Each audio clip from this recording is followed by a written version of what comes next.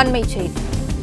அரசு பள்ளிகளில் படித்து 7.5% இடஒதுக்கீட்டில் பொறியியல் படிப்பில் சேரும் மாணவ மாணவிகளிடம் எந்தவொரு கட்டணமும் வசூலிக்க கூடாது என தமிழ்நாடு அரசு அறிவுறுத்தியிருக்கிறது.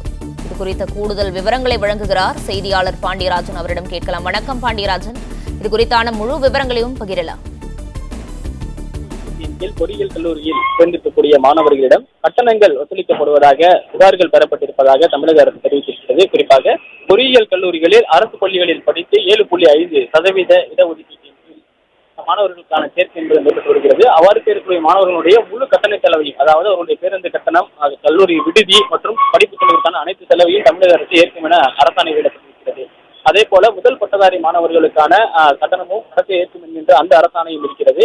பழங்குடியினர் மற்றும் பிற்படுத்தப்பட்ட வகுப்பினை சேர்ந்தவர்களுக்கு, மிகவும் பிற்படுத்தப்பட்ட வகுப்பினை சேர்ந்தவர்களுக்கான 2.5 லட்சம் ரூபாய்க்கு கீழ் அவருடைய குடும்ப வருமானம் இருந்தால் அவர்களிடமும் கட்டணம் வசூலிக்கக்கூடாது என அனைத்து பொறியியல் கல்லூரிகளுக்குமே அந்த அறிக்கை என்பது வழங்கப்பட்டிருக்கிறது. இந்த 3 அரசாணைகளையும் பின்பற்றாத பொறியியல் கல்லூரிகள் மீது உரிய நடவடிக்கை எடுக்கப்படும் எனவும் தமிழக அரசு எச்சரிக்கை விடுத்திருக்கிறது. குறிப்பாக 7.5% இடஒதுக்கீட்டின் கீழ் பொறியியல் கல்லூரியில் சேரும் மாணவர்களிடம் கல்லூரி நிர்வாகம் கட்டணம் வசூலிப்பதாக புகார்கள் வரப்பட்டிருப்பதாகவும் குறிப்பிடப்பட்டிருக்கிறது.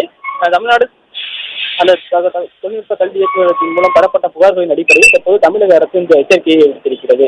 அதன் அடிப்படையில் பொறியியல் கல்லூரிகள் மாணவர்களிடம் கட்டணம் வசூலிக்கப்படுவது தெரியவந்தால் கல்லூரிகளின் மீது கடுமையான நடவடிக்கை எடுக்கப்படும் என்றும் தமிழக அரசு எச்சரிக்கை விடுத்திருக்கிறது.